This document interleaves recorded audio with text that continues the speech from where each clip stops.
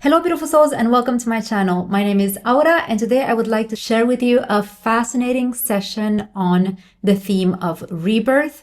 It's a session that is very inspiring and that shows us that we do have the opportunity to rebirth ourselves at any given moment. And why I think it's such a beautiful session is because so many of us wish or have wished at least once in their life that they would have been born as someone else. I know I've been there. And this session is reminding us that we can choose to live our life completely differently. We can choose to have a different personality. We can choose to build a completely new universe for ourselves and disregard the feeling that we need to be stuck with the hand that we have been dealt with, right? Because so many people use this excuse, but I was born in this family, or I was born in this circumstances, this situation, this cultural background, which means that I cannot change. There is no way out for me. And this session right here is telling us otherwise. This is a client that has seen me now for the second time.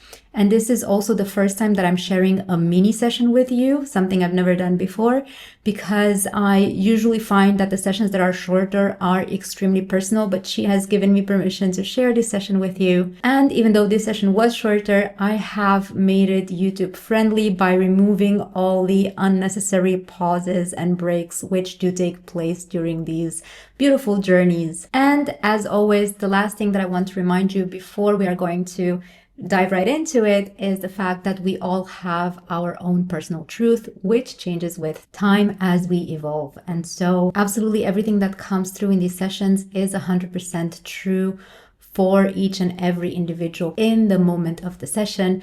And there are so many cool things that happened in relation to this session. For instance, I saw the exact same colors in the exact same order as she was seeing them. I was getting the same numbers that she was getting. I would see her the way that she was describing herself. And this is because during these sessions, I am also entering an altered state of mind together with the beautiful soul that I'm working with. And now, without any further ado, let's dive right into it. I want you to tell me the very first things that you perceive and the very first impressions that you have as you understand where you are.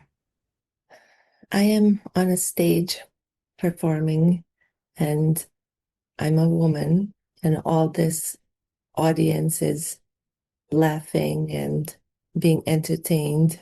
And it's very, on the outside, I'm smiling and forced to entertain these people, but on the inside, my body feels so heavy right now. It's like an elephant is sitting on me. And as soon as I get off the stage, I'm chained by my foot. I don't know, inside a room like the circus, and there are animals, and they're being treated very poorly, like with the stick, and it's a very harsh life. I'm not sad, but there's no other life. This is it. It's like I accepted it, but there's no joy. It's just numb. Tell me more about yourself, my love. What is your name? First thing. Ariel? Ariel? Arya. So beautiful. And how old are you, Arya? 19. Tell me more about what you look like. Your body, your skin, your face, your hair, everything about yourself. Yeah, I look very like toned, muscular. My legs are very nice looking. I'm wearing a fishnet and short skirt, like a corset. My hair is brown, it's wavy.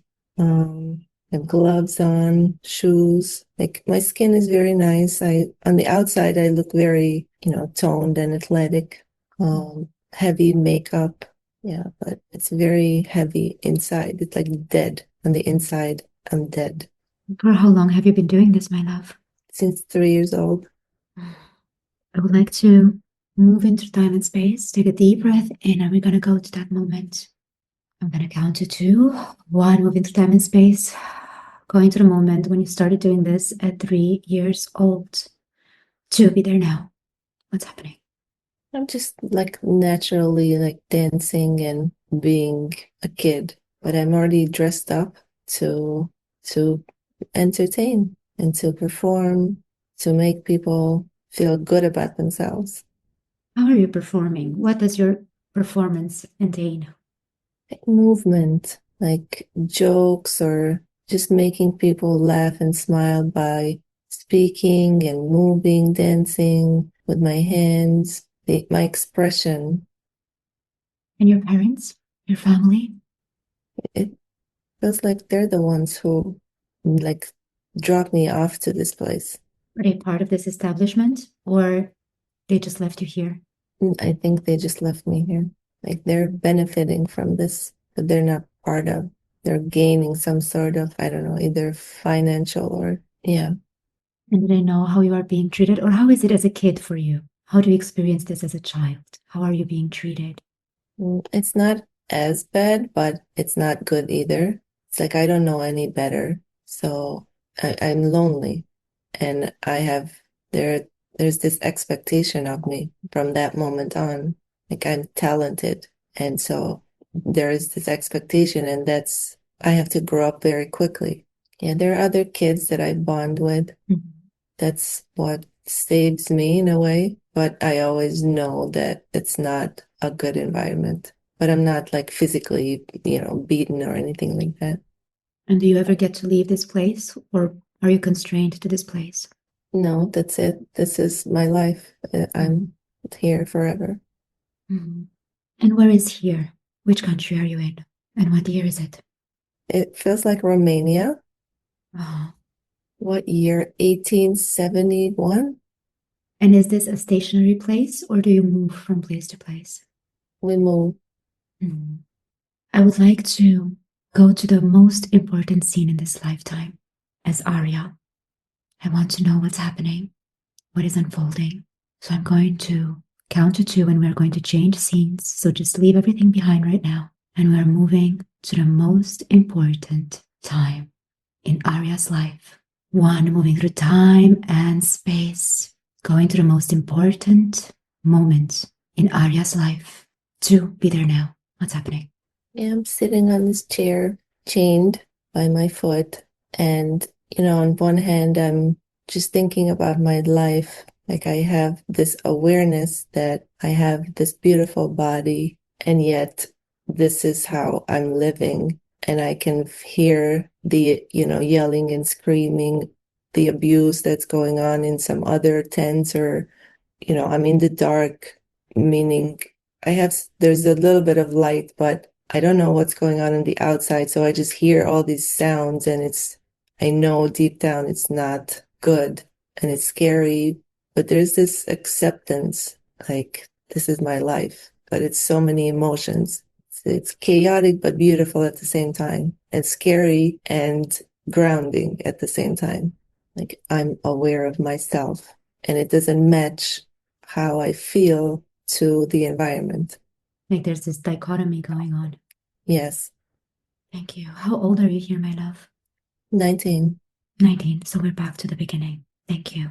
What else is there of importance that is highly important about this life or about this scene and moment right now? That I'm lonely. I'm not alone because I have friends and the animals, but it's a lonely feeling like, why am I here? I don't belong here. And you said you were exhausted. Yeah, How does this exhaustion manifest itself? What does it have its root in? What is it rooted in? from all the dancing and entertainment, Oh, just physical. physical. Yeah. Would you like to explore your last day in this life? Do you think it's necessary? The last day? Mm-hmm. In your life as Arya? Sure. Yes? Okay, let's do that then.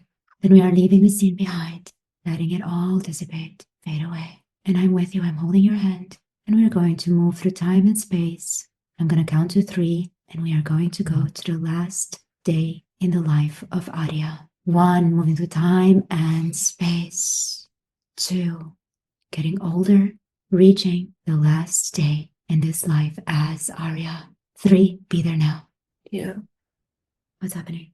Um, I'm just left in the mud and I'm so exhausted. I'm just reaching out to the circus and it's moving on and they just left and I just die of exhaustion. I just can't do it anymore. And they don't care. There's no more use for me. And I'm like 36 years old.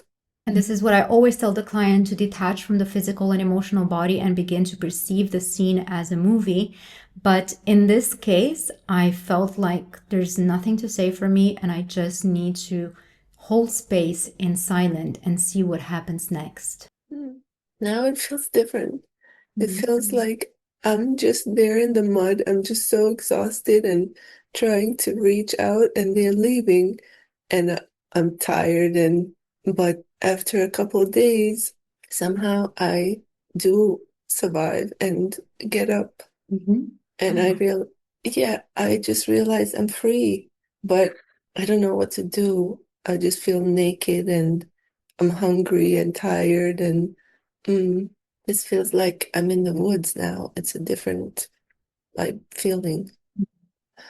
Yeah, it's more like in nature.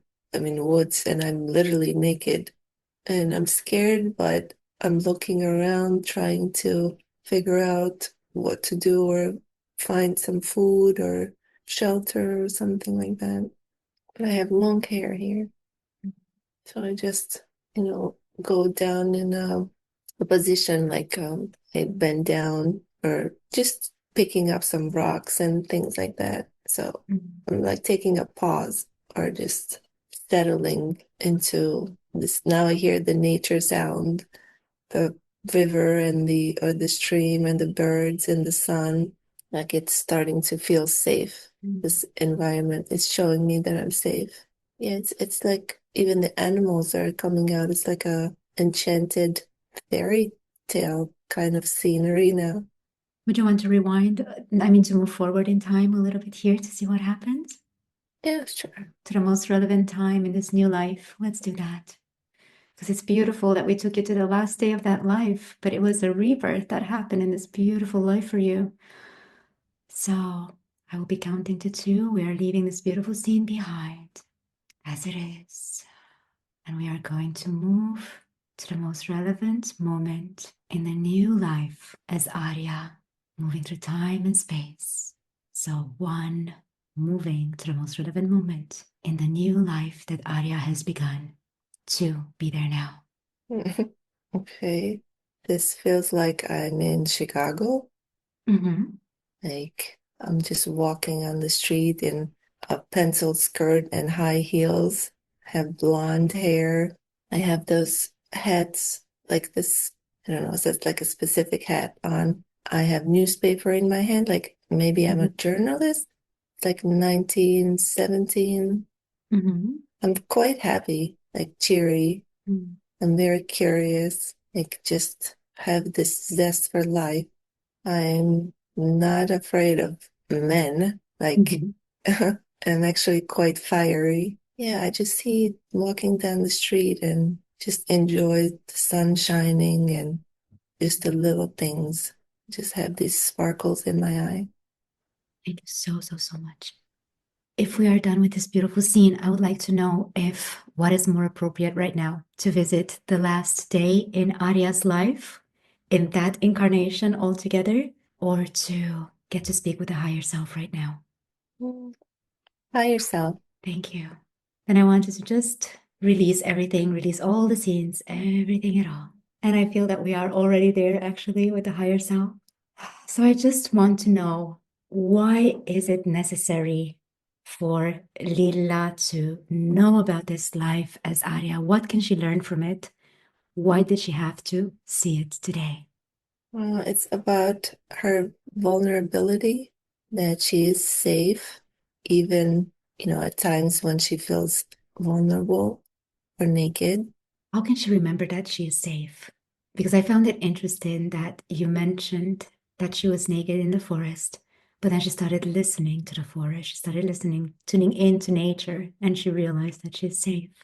So, how can Lila bring this in her everyday life practically today to find safety within her own environment? Yeah, just listen to the birds and the sun and the rain. That's her nature. That is her own nature. It's a connection or observation or the sounds and the feeling of the sun. Yeah, the physical sensations of nature. So is it about coming back into the body, into the present moment, and allowing Mm. herself to filter nature through her body, through her own senses and feeling into it? Yeah, I think when that's how she grounds into the body is when those sensations she feels or hears or yeah, that's when she is in fully in her body. And how is this first part, the first 19 years, actually the first 36 years of Arya's life affecting Lila today? In which way is she still affected by this life? And what can she do to no longer be affected by these 36 years of Arya's life? Something about the physical body because it felt very, very heavy at the beginning. You said dead inside. Yes, it's very hard to describe. It's like when you pinch the two fingers, that's how the body feels is so little, but yet like the image, but yet the feeling is like an elephant is sitting on top of the body. So the body has to be liberated from this fear. It's the fear. Yeah, it's the sensation of fear. Is there a specific place this fear is anchored in her body, or is it everywhere? It's everywhere. It's like layers and layers and layers and layers on top everywhere, but it's chained to the ankle. It's like pulling her down. I would like right now for you to see this fear, and I want you to talk to it. I want to know what this fear is doing for Lila. In which way is this fear serving Lila, or in which way does it think it serves you? It serves me by be bringing my spirit into my body. Uh-huh.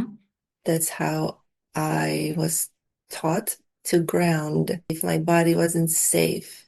So for my spirit to be in this way, I was forced to be here. So then, do we have the belief that without this fear, you wouldn't be finding safety within your body anymore? If this fear wouldn't exist? If this fear didn't exist, I wouldn't be here. Who is talking now? Is the fear talking now? Who are we talking to right now? Who has this belief? It's the spirit. The spirit? Yes. Which spirit? My soul, my spirit. So the higher self thinks that if this fear doesn't exist, it cannot be connected to the body, it cannot ground in the body. Yes. Is that true? No. So where does this belief come from? It's coming from the entity of the fear. So the fear is actually having this belief. Yes. Beautiful, beloved fear. Thank you so much for your service. But now I would like to give the stage to the higher self. And I would like for the higher self to tell fear what the truth actually is. If it's not true that fear is needed for the higher self, for spirit to be in the body, grounded in the body, what can the higher self tell to fear?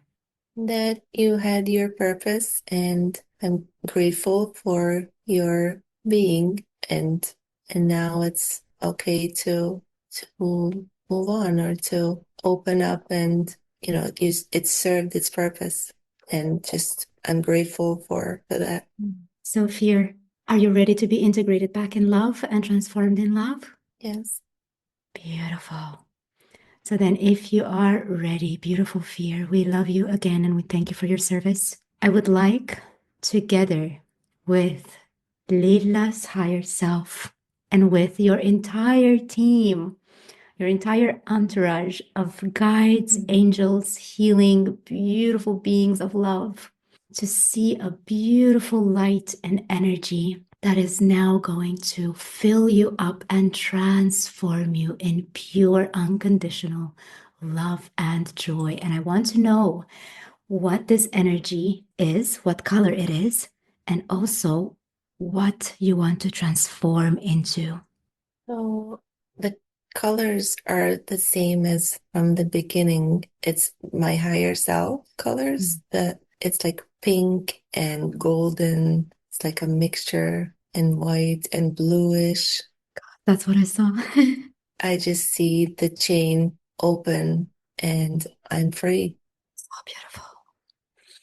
I want for you to feel this beautiful energy, this beautiful golden pink energy, bluish, pearly, amazing energy flowing and radiating through your entire body. Every single cell in your body is joy, it's freedom, it's play, it's ease and lightness. Your entire DNA, every single molecule, every single cell, every bone, every tissue, every vein in your body radiates with this beautiful energy of freedom, of lightness, of ease, of joy, of play. This beautiful golden pink, white, bluish, pearly energy. And it radiates into your entire energy field and multidimensionally through your entire essence and all the lives you have lived, everything you have ever been. Arya is fully bathing in this magnificent energy of this golden, pink, blue, white, purpley light. Arya and all aspects of yourself, everything that you have ever been and will ever be in your infinite essence, fully transformed. Pure love, pure joy, pure ease, pure freedom, and lightness. Lightness both as in light and as in ease, as in light as a feather and lighter than all the suns assembled together, as the pure light of your unique aspect of source shines and beams through you, through your body, through your essence, freeing you from all and everything. Let me know when you're done. I just see these two big white columns of light just connecting from my being to the higher realms, to the earth.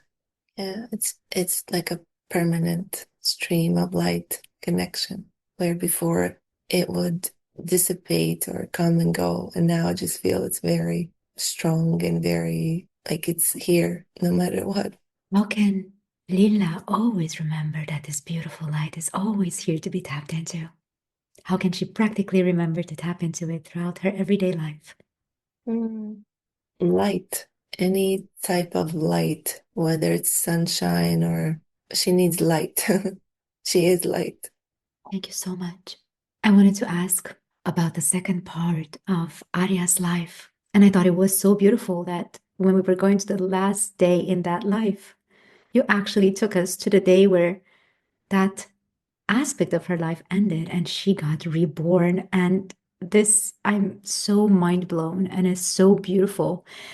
And I want you to tell Leela now how this is relevant for her life right here, right now, this beautiful rebirth that took place without anybody needing to physically die. How is this relevant for her in this life right now? This zest of life that you mentioned. Yeah. It's when she feels exhausted, but it doesn't, she's not going to anymore, but she can just pause and take that rest, and she'll just get up when it's time. Like something about her rhythm and her own pace is she's finding that more and more. And the zest for life. She was afraid before, so it will take time to slowly but surely going towards this adventure of her life. She's very, very curious, and yes, she'll find her own rhythm of this adventure. Thank you so, so, so much. She had a question which she thinks might have been related to this life, which is the fact that relying on other people puts her in a state of complete panic, or asking someone to do a favor for her. She feels like she's being trapped. Why is this happening? And how can she no longer feel like this? How can she get rid of this sensation? Mm. Does feel very independent, so which is beautiful, and she's very strong, but she can't do it alone. She needs support, and she doesn't want to be trapped again like before. The child had no say in what happens in her life, so she doesn't want to make that mistake again. Yeah, she's afraid of being indebted, in debt. Yes. What can you show her or tell her right now so that she no longer feels like this and so that she can begin to accept help and ask for favors freely? It's a type of people that she's looking for, that she knows she can trust and ask for help. It's a certain type of people that she's searching for, which is trust is what she wants, but how can she know who to trust if there is like a sign or a symbol or I mean, it's the feeling she knows. Her intuition is very good, strong. Is she trusting herself? Yes, but she needs sometimes multiple validations just just to make sure that it stems from this trauma so she doesn't make a mistake. Like she wants to be 100% sure of that gut feeling of her intuition, and so she needs reinsurance and constant confirmation. Yeah. Yeah. So she's building that. Why is it important that she begins to let people help her and that she begins to find the courage to ask for a favor when she really needs one and when she really feels like asking for one?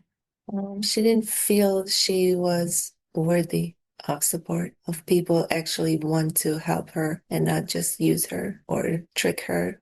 So she's learning to receive the love and support that she deserves, but she was very cautious of. But now, slowly, she's letting that in. So, what is it that we can do today so that she no longer gets into this type of situation where she feels the need to ask for a favor, but she ends up feeling threatened and trapped and scared and panicked? Yeah, it's trusting that gut feeling, that inner knowing, that compass. Beautiful. So it's just moving through it and seeing that it wasn't that bad, actually, right? Yeah, and that she does deserve good people in her life, good intentioned people, that it is possible. Absolutely. Thank you so, so, so much. So when it comes to moving, when and where is she moving? She's moving somewhere close by, somewhere where it's a beautiful garden or some sort of a terrace or outdoor deck of, I can see her having her coffee, and it's very beautiful, peaceful, beautiful flowers and greenery, and it's very close. It's actually where the other house is bought in the same community. Yeah, she's very happy and peaceful and joyful there. She's also curious about when. I heard June, which is a surprise, but soon and June. That's beautiful. Soon in June. Thank you so much. When it comes to her posture, why are her shoulders closed in? Why is she not standing straight? She's afraid to be seen. She's guarding her heart still. She's trying to open up. It's a process. Was this lifetime as Arya the one that happened just before this one as Lila? Or Yeah, it feels like.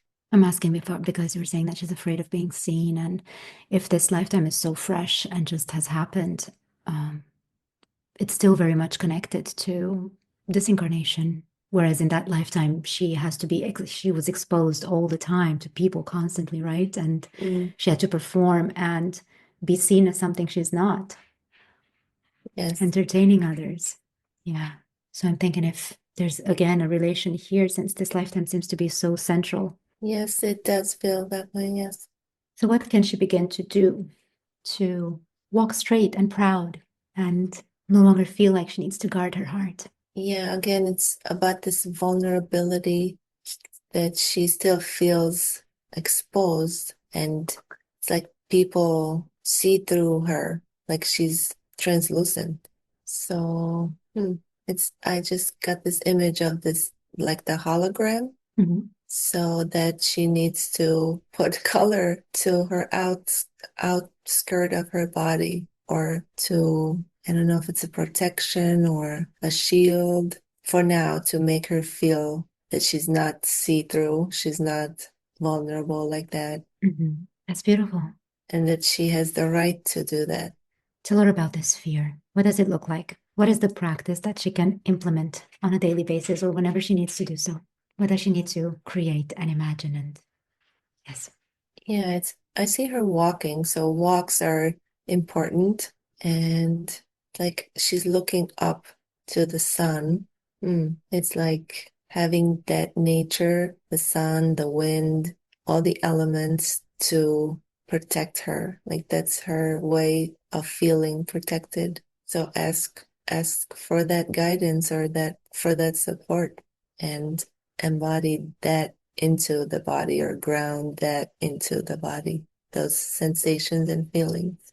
So beautiful. And when it comes to nature, what comes to me now is that the sun never hides itself. It doesn't shine less bright or anything like that. And nature never hides itself. It's not ashamed of itself. It's not trying to hide who it is. It's always there, standing tall, strong, and shining its light in its full brilliance. Yes, you want to say something? I just noticed my hands are on my hip. Like I'm standing like the tree, like I am here, I am tall, and I'm proud. Have that feeling fully embedded within you, within your heart, within your body, within your breath. That pride to be alive, that zest of life, that fieriness within you, within your heart, within each and every cell, that liveliness, that ease, walking strong. The way Arya was also walking, right, with the newspaper in the pencil skirt, in the heels, full of life, full of self awareness, and proud to be who she is, proud to be who you are. The universe is proud to have you. So just remember to as well be proud. Is there anything else you would like to tell her related to all of this? No, I think she got the message. Thank you. I would like now to ask Thomas to come forth and to just be with Lila and tell her whatever he feels like telling her. What's up with the clock?